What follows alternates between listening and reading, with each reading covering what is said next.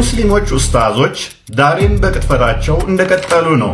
ኢትዮጵያ ኢስላሚክ ስቴት ብትሆን ምን ያጋጥመት ነበር? ኢስላሚክ ስቴት ኢትዮጵያ ለማድረግ ከፍተኛ ጥረት የተደረገ ነው። የገደለ ይገደል፣ የቆረጠ ይቆረጥ የሚል ህግ ስላለ ማንም ላይ ኃያል አይሆንም ነበር። ኢትዮጵያ የክርስቲያን ደሴት ናት ተብሎ በኢትዮጵያ ቤተክርስቲያን ሚዲያ እንዳይነገር ደብዳቤ ጽፈው አግደውናል። የኢትዮጵያ አየር መንገድ ታላቁ ረመዳን ጾም ምክንያት በማድረግ ኢፍጣር መርሃ ግብር ተካሄደ። ኢትዮጵያ ውስጥ እስልምናው ብቻ ነው የሚጾመው፣ ኦርቶዶክሱ አይጾምም። ቁርአን 164 ግደል የሚል አንቀጾች አሉ። ሹመትም አይኖራችሁ፣ ዕውቀትም አይኖራችሁ፣ ጤናም አይኖራችሁ፣ ሀብትም አይኖራችሁ፣ ማርያም ስላለችችሁ ብቻ ደስ ሊላችሁ ይገባል።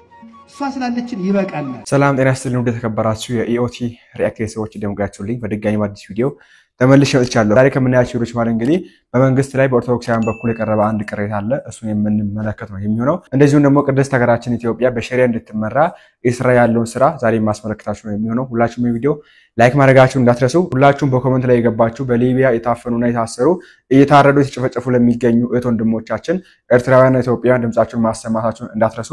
እስቲ አንድ ቪዲዮ እንመልከት።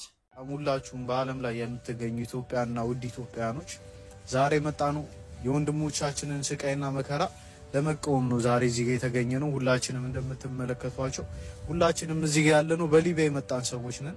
እንደምትመለከቱት ወንድሞቻችን ላይ እየደረሰ ያለው ግድያና እስር፣ ግርፋት፣ መከራ እንቃወማለን።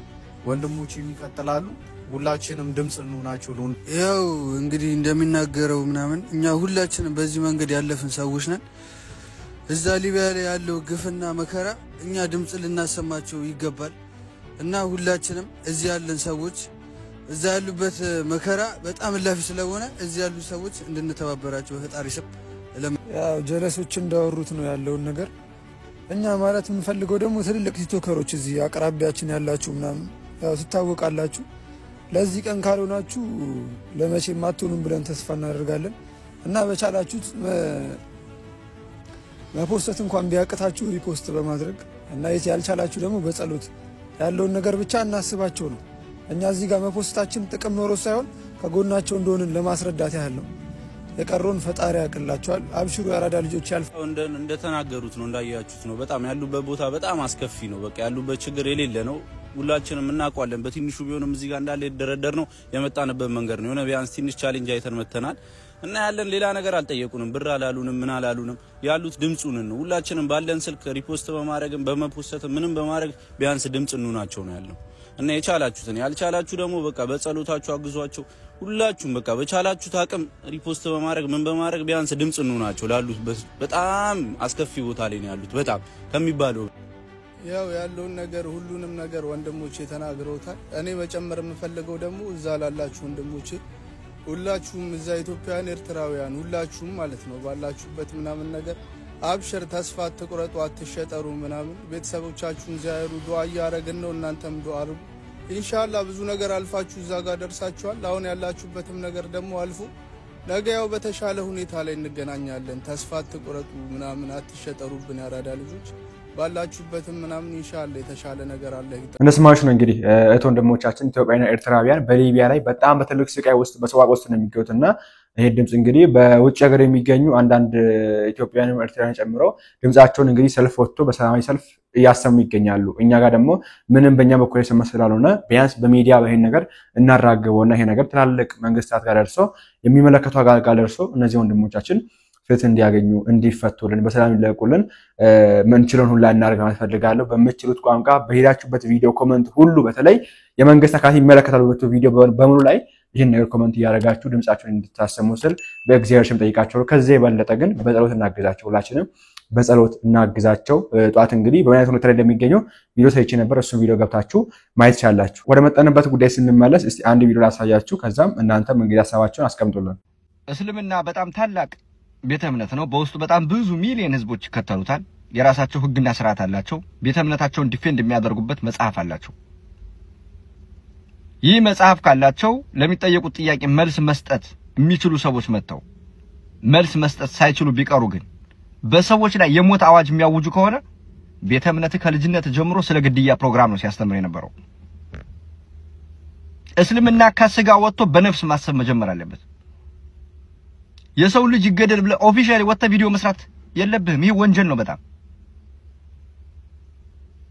አሁን ለምሳሌ ወንድማችን እፎይ ላይ ይገደሉላችሁ የሰራችሁ ሰዎች ኃላፊነት ተወስዳለ በክርታስ ወረቀት በሚስጥር አይደለም የተነጋገርከው ወጥተ በአደባባይ ነው ኦፊሻሊ ቪዲዮ የሰራው ከዛ አልፈህ እኔ እንኳን ፐርሰናሊ ማርያምን እፎይን አካውንቱን ኮፒ ሊንክ ሼር አድርጉለት ኦርቶዶክስ ብዬ ቪዲዮ በሰራውት ብቻ 5 ሰው ፎቶአችሁን ይዣለሁ አንገትን ምን ቆርጥ ያላችሁ እስኪ ትቆርጠኛለህ ፎቶውን ይዣለሁ ወንድ ልጅ እግሩ ዘወራራ ነው አሁንማ በአጠቃላይ እስልምና እምነት ተከታይ ራሱ ሰው እያስፈራኝ ነው ማውቃቸው ጓደኞች ራሱ አጠራጠሩኝ እንኳንማ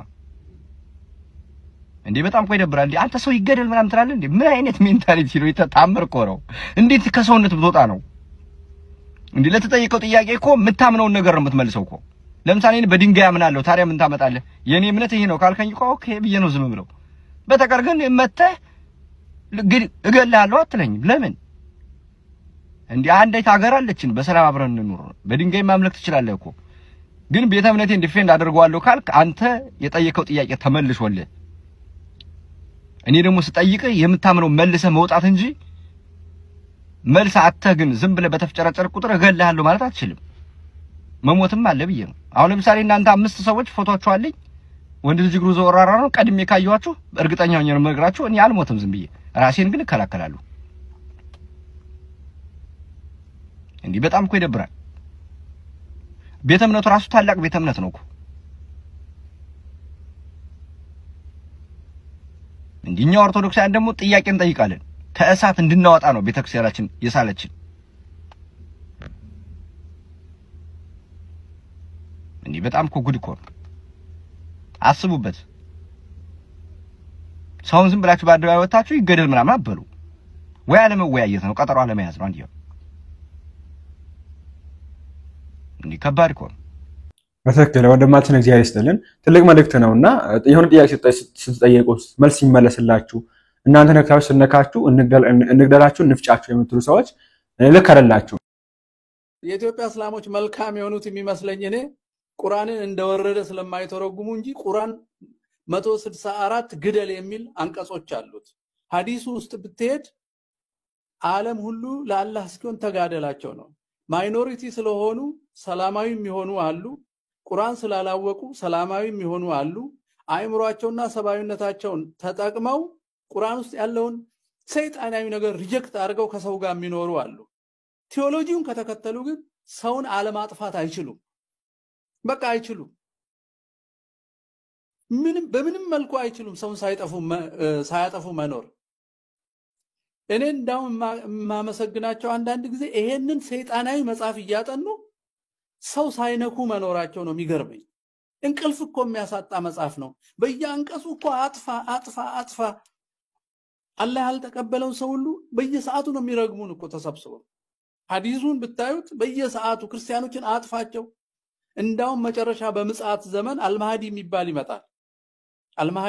ይመጣል ልክኛ ኢየሱስ ይመጣል እንደምንለው እሱ መጨረሻ አንድም ክርስቲያንና አይሁድ ሳይቀር የሚያጠፋ ነው እና አይሁድና ክርስቲያኖች በየድንጋዩና በየጉቶው ስር ሲደበቁ ያየ ሁሉ እኒውና ተርፈዋል እያለ ያስጠፋቸዋል ይሄን የሚያምኑ ሰዎች ናቸው ይሄንን አብርሃሚክ ፌዝ ብለን እንድንተረጉም የሚገፋፉን ሴኩላሪስቶች ናቸው ዶክተር ቶታሊ ስናየው አብርሃሚክ አይደሉም አብርሃሚክ በስላሴ የሚያምን በሰው ክብር የሚያምን ከወገቡ መቤታችንን ያስገኘና ሰላማዊ ክርስቶስ ወደኛ እንዲመጣ መንገድ የሆነ ነው አብርሃሚክ ፌዝ ማለት ለመጨረሻው ድነት እነዚህ በሰው ሰራሾች ናቸው በሙሉ አይሁዶችን በስላሴ ያምኑ እነዚህም በሶስትነት ያምኑ እንዳውም ያወግዛሉ ጣዖት ነው ይላሉ ስለዚህ አብርሃሚክ አይደሉምና አሁን የገጠመን ሰይጣናዊያን ተሰባስበው ተጋምደው ሊያጠፉን እንደተነሱ ነው እኔ የምገነዘበው ለሰማችሁ እንግዲህ ለምራችን እግዚአብሔር ይስጥልን ትልቅ መልእክት ነውና ቀደም እንዳልካችሁ ነው የኢትዮጵያ ሙስሊሞችና የዓለም ሙስሊሞች የሆነ በዶክትሪን ከሄዱ ዶክትሪን ሚኒንግ በቲዮሎጂ በአስተምሮታቸው ከሄዱ እንደዛ ነው ነገርየው ግን ሰውን የሚወዱ የሚያከብሩ ያን ነገር አብዛኛው ኢትዮጵያ ሙስሊም ስለማያውቀው በትራም ነው የምንገኘው እና ይሄ ነገር ገነዚያ ውስጥ መግባት አለበት ስለዚህ እንፍጫችሁ እንግደላችሁ ምናምን የሚባል ነገር ኢትዮጵያ በሸሪዓ የምትመራጋ አይደለች ሲጀምር አይ በሸሪዓ እንምራችሁ ያላችሁ እንደሆነ ይሰማን ነው የምንገኘው እሱን ደግሞ ቀጥሎ በመናዩ የማስደምጣችሁ ነው የሚሆነው እስቲ በመጀመሪያ ወንድማችን ታኩ ያነሳው ጥያቄ ብዙዎችን እያናገረው ይገኛልና እስቲ እንመልከት። ይህንን ትልቅ ተቂያ ወይም ደግሞ ውሸት በእስልምና ማለት ነው ሰምተን እንመለስ። ጥያቄ ነበረኝ እኔ ግራ ገብቶኝ ነው የመጣሁት ለመጠየቅ እንቅልፍ አልወስደኛል። ጠይቅ። የውድ ነብያችን ሰለላሁ ዐለይሂ ወሰለም እናትና አባት የት ነው ያሉት? የነብያችን ሰለላሁ ዐለይሂ ወሰለም እናትና አባት ከአህለል ፈትራ ናቸው። አህለል ፈትራ ማለት ነው ያለፈውን ነብይ ያላገኘ ቀጣዩንም ነብይ ያላገኘ በመካከለኛው ዘመን ላይ የደረሰው ማለት ነው። እነዚህ ሰዎች ደግሞ ነገ የትንሣኤ ቀን ይጠየቃሉ ከአምላክ ፊት እንጂ በቀጥታ ጀሃነም ናቸው ተብሎ መወሰን አይደለም። እሺ ታኩር እንዲህ አይነት ጥያቄ መጠየቅ በጣም አሪፍ ነው፣ ግን ይሄ ኡስታዝ የውሸት አባት ነው፣ ትክክለኛ መልስ አይመልስም። መሐመድ ግን ይሄን ራሱ ተጠይቆ መልሶ ስለነበረ ሰሒህ በሆኑ ሐዲሶች ማስረጃ እናሳይ። ሱናን አቢ ዳውድ 47:18 ላይ እንዲህ ይላል፣ ኤማን አስክድ አንድ ሰው ጠየቀ ምን ብሎ where is my father አባቴ የት ነው ያለው ብሎ messenger of allahን መሐመድን ጠየቀው ማለት ነው። he replied መሐመድ መለሰ your father is in hell በጀሃነም ነው ያለው አባት ብሎ መለሰለት። when he turned his back ጀርባውን ሲያዞር ማለት ነው he said መሐመድ ማለት ነው my father and your father are in hell አባቴም አባትም የት ናቸው አለ ጀሃነም ናቸው። በጣም በሚያስደንቅ ሁኔታ የመሐመድ እናቱም ጭምር የት ነው ያለችው? ገሃነም ነው ያለችው። የመሐመድ አባት ስሙ አብደላ ነው፣ ግን የት ነው ያለው? ገሃነም ነው ያለው።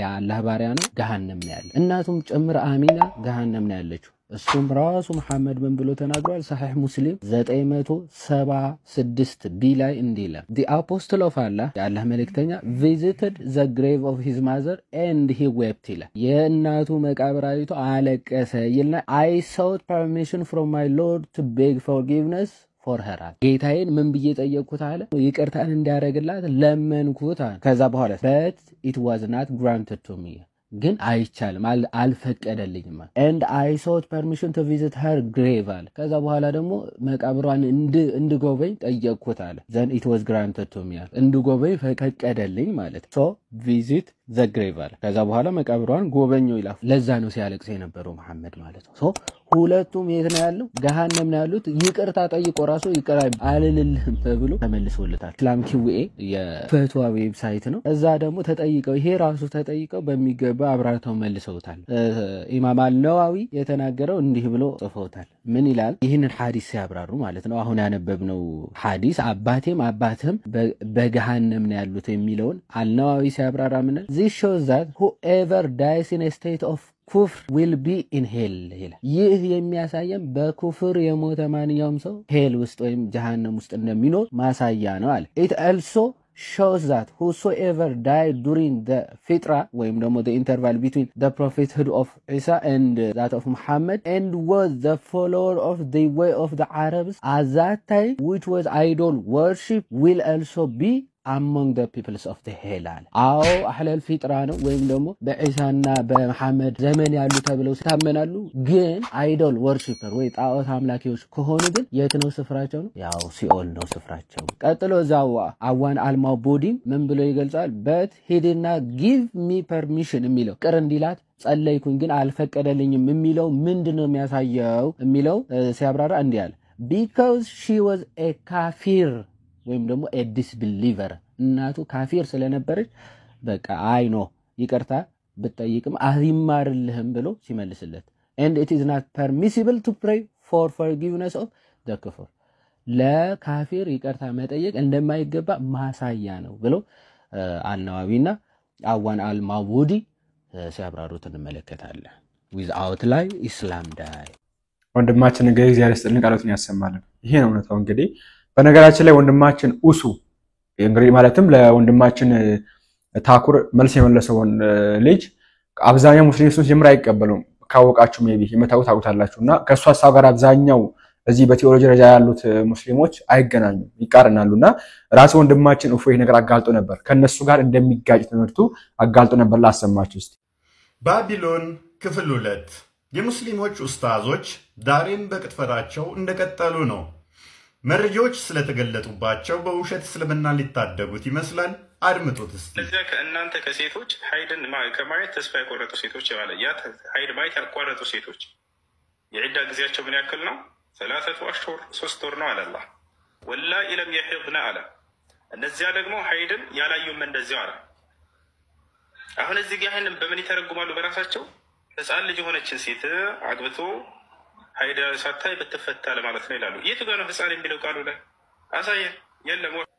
መልካም። ይህ ኡስታዝ ልክ ፕሮፋይል እያስቀየሩ ሙስሊሞችን መልሶ ሻዳ በማስያዝ እንደሚሰራው ድራማ እውቀት ላይ መሞገት ቀላል መስሎ ድራማ ሊሰራ ወይንም ክርስቲያኑ ይቀጥፋቸዋል ለማለት ሞክሯል። ኦኬ። የራሱ ኡስታዝ ግን የፍቺ ምዕራፍ ሱረት ጠለቅ ላይ የሚገኘው 4ኛው አያ ላይ ህፃናትን አግብቶ ስለመፍታት እንደሚያወራ፣ ነገር ግን የኛው ኡስታዝ ደግሞ በጊዜው ለነበረ መፍትሄ የተሰጠ መሆኑን ያብራራበትን ስሙ ይላል። እነዚያ አድፍን ያላዩት ይላልና አድፍን ያላዩት ህፃናት ከሆኑ ታዲያ ኢዳ ደግሞ የሚቆጠረው ከጂማ በኋላ ከሆነ ቁርአን ያንን እየደገፈ ነው ወይ? ኢርሊ ማሬጅ እና በልጅነት እንግዲህ ጋብቻ ሂስቶሪካሊ ምታቂ ሆነሙ ማሳየት ይቻላል። እና በልጅነት እንግዲህ ቁርአን ሳይመጣ በፊትም ሰዎች ኢርሊ ታይምስ ላይ ያገቡ ነበር። በነገራችን ላይ ኢርሊ ታይምስ ላይ ከቁርአን በፊትም ከቁርአን በኋላም ልጆችን በልጅነት እድሜያቸው ያገቡ ነበረ። ስለዚህ ለመሰል ተግባሮች ቁርአን መፍትሄ እያስቀመጠላቸው ነው። ለተቀመጠው ችግር መፍትሄን እየሰጠ ነው። ኢዳ ከመሰረቱ መፍትሄ ስለሆነ ኢዳ መፍትሄ እንደመሆኑ እያስቀመጠ ያለው መፍትሄ ነው እንጂ እንደዛ አድርጉ የሚል ትዕዛዝ በውስጡ በፍጹም የለውም። አንደ መፍትሄ የተቀመጠ ነው። አንደ መፍትሄ የተቀመጠ ነው። ለምን? የህፃናት ጋብቻ አስቀድሞ የተለመደ ነገርም ስለሆነ ሪያሊቲም ስለሆነ። መልካም። እንደሰማችሁት ይሄኛው ኡስታዝ ደግሞ በጊዜው ለነበሩ ሰዎች ህፃናትን ላገቡ ወይንም ለሚያገቡ መፍትሄ የተሰጠ ነው። በጊዜው ለነበሩት መፍትሄ የተሰጠ ህፃናትን ማግባት በጊዜው ሪያሊቲ ነበረ። ሰው ለነሱ ኢዳን መፍትሄ እንደመሆኑ አለ ስትፈቷቸው 3 ወር ጠብቁ የሚል መፍትሄ ነው ለህፃናቶቹ አለ። ያኛው ደግሞ ህፃናትን አይመለከትም አለ። ማንኛው ኡስታዝ ነው ትክክል? ድራማ የሚሰራው ኡስታዝ ወይንስ የሚለው ኡስታዝ ነው ትክክል? የትኛው ኡስታዝ ነው ትክክል? ይሄንኛው ቁርአን ደግሞ ምን ይላል? ቁርአኑ በሳውዲ አረቢያ መንግስት የተአተመ ነው። ምን ይላል? እንደምትመለከቱት ታላቅ ቁርአን መልእክቶች የአማርኛ ትርጉም ይላል። ስለዚህ በአማርኛ የተተረጎመ የቁርአን ክፍል ነው። ስለዚህ ፍቺ ሲያወራ ምን ይላል? 4ኛው ማለት ነው አያ ላይ እነዚያ ከሴቶቻችሁ ከአደፍ ያቋረጡት በኢዳቸው ህግ ብትጠራጠሩ ኢዳቸው 3 ወር ነው። እነዚያም አደፍ ያላዩ ሴቶች ኢዳቸው እንደዚህ ነው ይላል። ስለዚህ ሲያወራ ከፍቺ ምዕራፍ 4ኛው አንቀጽ የወረደበት ምክንያት አልበቀራ 222ኛው ቁጥር ላይ ያለው አንቀጽ ሲወርድ ሀሊድ ቢን ዑመር ቢን አልጁማድ ቢን ቀያስ አልአንሳሪ የተባለ ሶሃቢ የወር አበባ የማታይ አሮጊት፣ የወር አበባ ያላየች ህፃን ህፃን እርጉዝ ሴት እንዴት ሊሆን ነው ኢዳዋን የምቆጥረው እየተባለ ይወራል በሚለው የወረደ እንደሆነ ይኸው ህፃን ብሎ አስቀምጦታል። ህፃን ቁርአኑ ነው ያሳያችሁ። የሙስሊም ኡስታዞች ውሸተኛ ናቸው፣ እየዋሹ ወደ ገሃነም እየወሰዷችሁ ነው ስንል እህት ወንድሞቻችን ሙስሊሞች ከልባችን አፍልቀ ነው ሳይሆን እንዲህ በመረጃና በማስረጃ እያጋለጥንላችሁ ነው።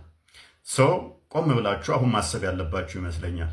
ምን ያህል ሃይማኖታችሁ ላይ እየዋሹ እናንተ ስለማታውቁ እየሸወዷችሁ እንደሆነ ከዚህ በላይ በቂ ማስረጃ ያለ አይመስለኝም። ይሄ ባይናችሁ የምታዩት ሁለት የተቃረነ ሐሳብ እየሰጧችሁ ወደ ገሃነም እንድገቡ እያደረጓችሁ ነው። ይሄ ብቻ አይደለም፣ እንቀጥላለን።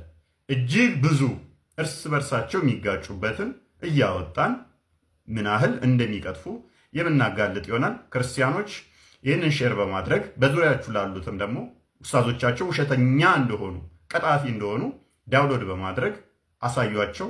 በቀላሉ ከእስልምና ለመውጫ ይሄ አሪፍ መንገድ ስለሆነ ወንድማችን ፈግዚያ ያስጠንቀቀውን ያሰማልና ወንድማችን እሱ እንግዲህ በብዙ መንገዶች ከነዚህ ሰዎች ጋር የማይገናኝ እንደሆነ ብዙ ማስረጃዎች አሉ። ወንድማችን ኡፍ አካውንት ላይ ገብቶ ቼክ ማድረግ ይቻላል። ባቢሎን እያለ የሰራው ቪዲዮ ማለት ነው። ወንድማችን እሱ እኔ አንድ ነገር ልናገርና በውሸት የሚቆም ምንም የትኛውም ሃይማኖት በውሸት አይቆምም። የትኛውም ነገር በውሸት አንድ እንጨት ፍሬ በውሸት አትቆምም። ምንም ነገር በውሸት ሊቆም አይችልም። ለሆነ ሰዓት ያክል ሊቆም ይችላል። ከዛ በኋላ ግን እውነት ሲጋለጥ የሚወርቅ ነገር ነውና አንድ ነገር እንደዚህ አስተባብላችሁ በማሳለፍ ለማቆም ባትሞክሩ። የራስ መጽሐፍ የተናገረ አንተ ደግሞ ሌላ ነገር አንተ በራስ ሎጂክ ሰርተ ልጁን ማሳመን ሌላ ነገር ነው። ያ ነገር ነው የሚመስለውና መልስ ካላችሁ መልሱ። ይሄን ስንል ደግሞ እንደግራችሁ እንዳትሉ ደግሞ ወንድማችን እንዳለው ለማንኛውም አሁንም ቢሆን እግዚአብሔርን ይግለጥላችሁ ማለት ፈልገው። ሌላው ደግሞ እንግዲህ ሀገራችን ኢትዮጵያ በሸር እንድትመራ የሚፈልጉ ሰዎች አሉ። ከተመራሽ ደግሞ ይሄን ታገኛላችሁ እያሉ ይገኛሉ። እንስማቸው እስቲ። እስላሚክ ስቴት ኢትዮጵያ ለማድረግ ከፍተኛ ጥረት የተደረገ ነው። ኢትዮጵያ የክርስቲያን ደሴት ናት ተብሎ በኢትዮጵያ ቤተክርስቲያን ሚዲያ እንዳይነገር ደብዳቤ ጽፈው አግደውናል። የክርስቲያን ደሴት አትበሉ ተብለናል። ይህን ያሳየው 300 መስጊድ አዲስ አበባ ውስጥ አለ። ኢትዮጵያ ኢስላሚክ ስቴት ብትሆን ምን ያጋጥማት ነበር? ኢስላማዊ ሀገር ብትሆን ምን ያጋጥማታል? የነሱን የጥላቻ ስብከት እንተውና ማለት ነው። የሰረቀ እጁን ይቆረጥ የሚል ህግ ስላለን ሌባ የሚባል አይኖርም። ልክ እንደነ ሳውዲ እንደነ ዱባይ ስልክህን መሬት ላይ እንኳን አስቀምጠህ ብትሄድ በማግስቱ ቦታው ላይ የጣልክበት ቦታ ላይ ማንም ሳይነሳው ታገኘዋለህ። ሴት ልጅ አይደለም በህፃንነቷ በትልቅነቷ እንኳን የደፈራት የሞት ቅጣት ስለሚቀጣ መደፈር የሚባል ታሪክ አይኖርም ነበር። ወለድ ስለማንቀበል ማንኛውም ባንክ ለምስኪን ገበሬዎችም ሆነ አቅም ለሌላቸው ሰዎች ካበደረ በኋላ በከፍተኛ ኢንተረስት ወይም በወለድ ገንዘቡን እጥፍ አድርጎ አይቀበላቸውም። ስለዚህ ማንም ሰርቶ መግባት የሚችልባት ነበር የምትሆነው። ፖሊሶች እንኳን ሳይቀሩ ሴት ልጅ ቀና ብለው ፊቷን እያዩ ስለማያናግሯት ጫማዋን እንጂ ፊቷን ስለማያዩት ተከብራ ደረቷን ነፍታ የምትኖርበት ይሆን ነበር። የገደለ ይገደል የቆረጠ ይቆረጥ የሚል ህግ ስላለ ማንም ላይ ኃያል አይሆንም ነበር። ማንም ላይ አይሸፍትም። ማንም ኃይሉን ማንም ላይ አያሳይም ነበር። ጉልበተኛ አይፈነጭም ነበር። ኢትዮጵያ ኢስላሚክ ስቴት ብትሆን እንደ አስካሪ መጠጥና ሴተኛ ዳሪነት ያሉ ቆሻሻ የዝሙት ስራዎችን በሙሉ እስልምና ስለሚጸየፍ መሽታ ቤቶችም ሆኑ ግሮሰሪዎች እየሰከሩ በስካር መንፈስ የሚወለዱ አባት የሌላቸው ልጆችና መንገድ ዳር የሚቆሙ ሴተኛ ዳሪዎችን በፍጹም አንመለከትም ነበር። ኢትዮጵያ ኢስላሚክ ስቴት ብትሆን አሁን አላህ ኢስላሚክ ስቴቶች ላይ ያፈሰሰውን በረካ ስለሚያፈስባት የገንዘብ እጥረትም ሆነ ድህነት ከስር መሰረቱ ይቀረፍ ነበር። እንደ ዘካ ያሉ ማለትም ልክ እናንተ አስራት በኩራት የምትሉት አይነት ከንብረት ላይ ምስኪን የሚሰጥ አመታዊ ማካፈልም ጭምር ስላለ መንገዳችን ላይ የኔቢጦችን መመልከትም ጭምር እናቆም ነበር። ምን አለፋችሁ ኢትዮጵያ ኢስላሚክ ስቴት ብትሆን እንዳሁን ኢስላሚክ ስቴቶች ታሪክ እንሰራለን እንጂ እያስታወስን ታሪክ አናወራም። አባቶቻችን ማለት ተን እኛና ልጆቻችን እያልን ወደፊት መራመድን እንጂ ወደ ኋላ መሸምጠጡን እናቆመው ነበር።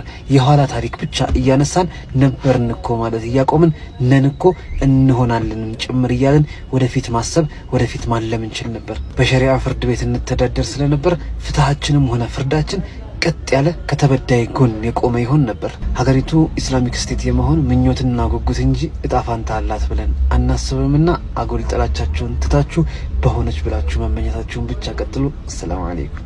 ወንድማችን እንግዲህ ትልቅ ተናግሯል፣ ብዙ ነገር ተናግሯል። እኔ በዚህ ኢትዮጵያ ከተመራች ሀገሪቷ የጭፍጨፋ ሀገሪቷ ብዬ ነው የማስበው። እንዲሁ ምክንያቱም የገደለ ይገደላል የሚያጋችሁ እነዛ ነው ያልከው። የገደለ ይገደል ስለሚል ማንም አይነካም ነበር ያልከው። የሆነ ሰው ከገደለ ትገለዋለህ፣ ያም ይገላል፣ ያን በቃ እንደዛ እያለ ሀገሪቷ ሰው ምን ሳይኖርባት ብዬ ነው የማስበው። ሁሉም ሲገዳደል ማለት ነው። አንዱ ከገደለ ይገደላል፣ ያኛው ደግሞ መጥቶ ይገለዋል፣ ያኛው መጥቶ ይገለዋል። ፈጣሪ ፈጠራት ነፍስ በሰው እጅ ማጥፋት ማለት ነው። እንደዛ ነው ህጉ። ይሄ ደግሞ መጽሐፍ አያዘንም። መጽሐፍ እጅን ለቆረጠ እጅን ቆረጥ አይልም። አሁን ላይ የብሉይ ኪዳን ህግ ነው። ባለፈው ሂዳት ነግሬያችሁ ነበር። አብዛኛው ከዛ ጋር እንደሚገናኝ ማለት ነው። ሰው እጅ ለቆረጠ እጅን ቁረጥ የሚለው ህግ የኛ ህግ አይደለም። አሁን ላይ እኛ ግራህን ለመታ ቀኝን ስጥ የሚል ህግ ያለው። ግራህን ለመታ ቀኝን ስጥ ማለት ግን ምን ማለት ነው የሚለው ነገር አስቀጥሎ አሰማችኋለሁ። እሱን ነገር ልብላችሁ ያዙልኝ። ሌላው ደግሞ አይደለም ትልቅ ሴትዮ ህፃን ልጅ አትደፈር፣ አይደለም የደረሰች ሴት ህፃን ልጅ አትደፈርም። ከደፈረ ይገደላል አልከን። ሙሐመድ በ6 ዓመት አግብቶ በ9 ዓመት ምን ተደረገ? እሱ ምን ተደረገ? የደረሰች ልጅ ናት፣ ትልቅ ልጅ ናት። 9 ዓመቷ ነው። ደረሰች አልደረሰች 9 ዓመቷ አለቀ። ምን ተደረገ? እውነት ህጉ እንደዛ ከሆነ ይሄ ህግ የወረደው ከዛ በኋላ ነው። መሐመድ ይሄን ካረጋ በኋላ ነው። እንግዲህ ፍርዱ ለእናንተ እና አስቦታው ነው። ምን ይፈጠር ይመስላችኋል ኢትዮጵያ በዚህ ህግ ብትመራ የሚል ነገር ነው።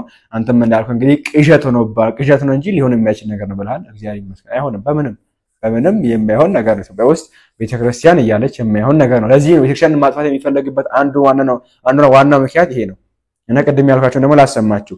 ግራህን ለመታ ቀኝን ስጥ የሚል ህግ አለ። እንደሚታወቀው እኛ ፍቅር ነው ያስተማረ ጌታችን።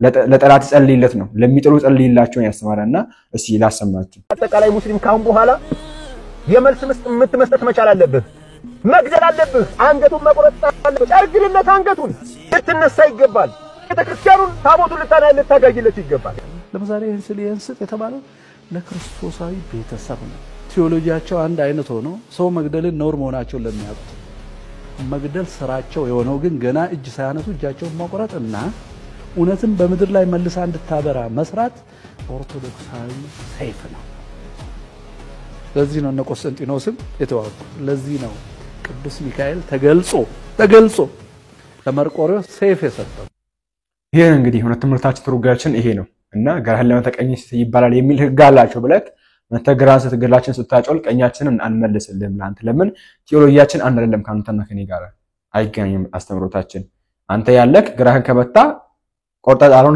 እንደዛ የሚልግ ነው ያለ አንተ እጅ መቆረጣ ቁረጣ ነው የሚልጋል ያለ አንተ ሁሉም ላይ የምትተገብረው ህግ ነው እሱ በሁሉም ሰው ላይ የምትተገብረው በሙስሊም ላይ ብቻ በሁሉም ሰው ላይ የምትተገብረው ነው እኛ ግን በክርስቲያኖች ላይ ብቻ የሚተገበር ህግ አለ እሱ ምንድነው ግራህን ከመጋራችን ከመጡ ፍቅር እንዲማሩ ቀኛችን ሰጣቸዋለን ይሄ ነው ህጋችንና ይሄ እንዲታወቅ ፈልጋለሁ ኢትዮጵያ ውስጥ እስልምናው ብቻ ነው የሚጾመው ኦርቶዶክስ አይጾመው የማፍጠር ተዘጋጀ አይደል ለኢትዮጵያ ኦርቶዶክስ ተዋሕዶ ቤተክርስቲያን ተዘጋጅቷል ያውቃል ተገፋን የሚሉት እነሱ ናቸው አይደል ቤተ መንግስቱ የሚያከብረው ማንን ነው ታዲያ ላሳያችሁ የኢትዮጵያ አየር መንገድ ታላቁ ረመዳን ጾም ምክንያት በማድረግ በኢትዮጵያ ስካይላይት ሆቴል ኢፍጣር መርሃ ግብር ተካሄደ ተው እንጂ የኢትዮጵያ ንግድ ባንክም አከናወነ ኧረ ተው መስገጃ ቦታም አዘጋጀ ኧረ ተው ይቅርባችሁ የፕሮቴስታንት የጸሎት ስፍራ የዋቂፈና የምስጋና ፕሮግራም ማቅረቢያ የኦርቶዶክስ የምስጋናና የጸሎት የስግደት ማቅረቢያ ፕሮግራም አርጋችሁ ታውቃላችሁ አላችሁ ወይ ይሄ ነው ወይ ሴኩላሪዝም ይሄ ነው ወይ ስርዓት ይሄ ነው ወይ መዋቅር በመዋቅር የተደገፈ ስርዓት መሆኑን የምታውቁት በመዋቅር የተደገፈ ስህተት እየተሰራ መሆኑን የምታውቁት በዚህ ነው ኢፍጣር የጸሎት ፕሮግራም መፍቻ ነው ጾም መፍቻ ማለት እስከ 9 ሰዓት ይጾማል ኦርቶዶክሱ ማን ያዘጋጀለት ማን ያቋል መንግስት የተጠርታ አካል የተጋብዙ አካል በየትኛው ቤተ መንግስት ከጾም በኋላ ሄዶ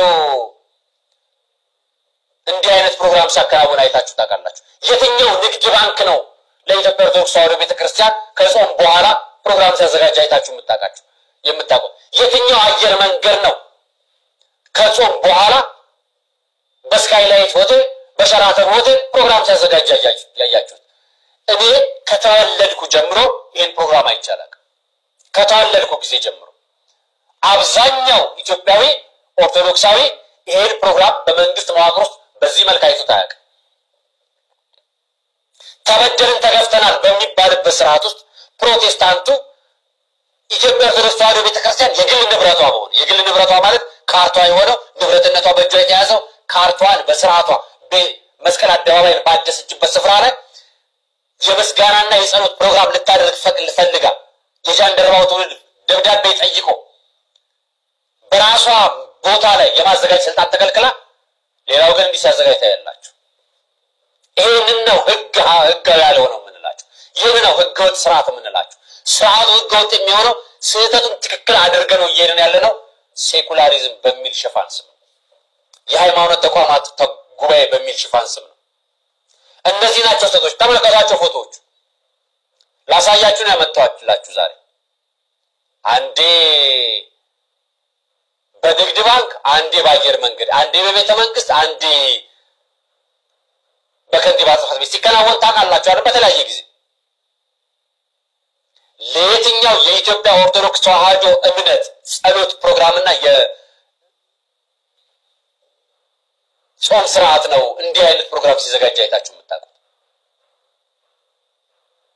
የትኛው ስለዚህ መገፋታችን የእውነት ነው የእውነት በአደባባይ ነው የምናገረው መገፋታችን የእውነት ነው በነገራችን ላይ ተበደልኩና ተጨቆንኩ የሚለው ነገር ለፖለቲካ ነው የሚፈጀው ለፖለቲካ ነው የሚጠቅመው ፖለቲከኞች ተገፋው ተበደልኩ የሚለውን ነገር የራሳቸው ሰው ለማነሳሻ ይጠቅማቸዋል እኔም መነግራችሁ ሌላውን ሰው እንድትበድሉበት ሳይሆን ራሳችሁ ወደ ሃይማኖታችሁ እንድትመለሱበት ነው የሚጠቅማችሁ ወደ ሃይማኖታችሁ ሌላው እግዚአብሔር ወንድማችን እግዚአብሔር ይስጥልን መንግስት እንግዲህ ሁሉን በእኩልነት ማየት ነው ያለበት እንጂ አልከፋንም ለነሱ መደረጉ ይደረግላቸው እኔ በዚህ መንገድ አስበኝ ማላውቅ ሲጀምር ግን ሲባል እውነት ነው እንደዛ መሆን ያለበትም እኩልነቱን ነው የሚያስተምረውና ሁሉ ነገር እኩል መሆን አለበት ይደረግላቸው ቢያንስ ውጪ መንገድ ላይ ይዞ ጾም ማስፈታት ነበረበት እንደዚህ አይነት ማድረግ ነበረባቸው እና በዚህ ጉዳይ ላይ እንግዲህ ብዙ የተወራበት ነው የሚገኘው ቀጣይ ላይ የሚሰማ ካሊ ማስደምጣችሁ ነው የሚሆነው ዩዘራችን እኔስ ነበር ቪዲዮአችን አቁር ተማራችሁበት ቁም ነገር ብለሳችሁበት አዲስ ነገር ብለሰማችሁበት አልተጠራጠርም በቀጣይ ባሪፍና በአስተማሪ ቪዲዮ እስከምንገናኝ ድረስ የጀተራም ከናንተ ጋር ይሁን ላይክ እና ሼር ሰብስክራይብ አድርጉ እንዳይረሳ አሁንም ቢሆን ፍትህ በሊቢያ የተሰቃዩ ለሚገኙ ኤርትራውያን ኢትዮጵያውያን ወንድሞቻችን ማለታችሁን እንዳትረሱ ቸር ቆዩልኝ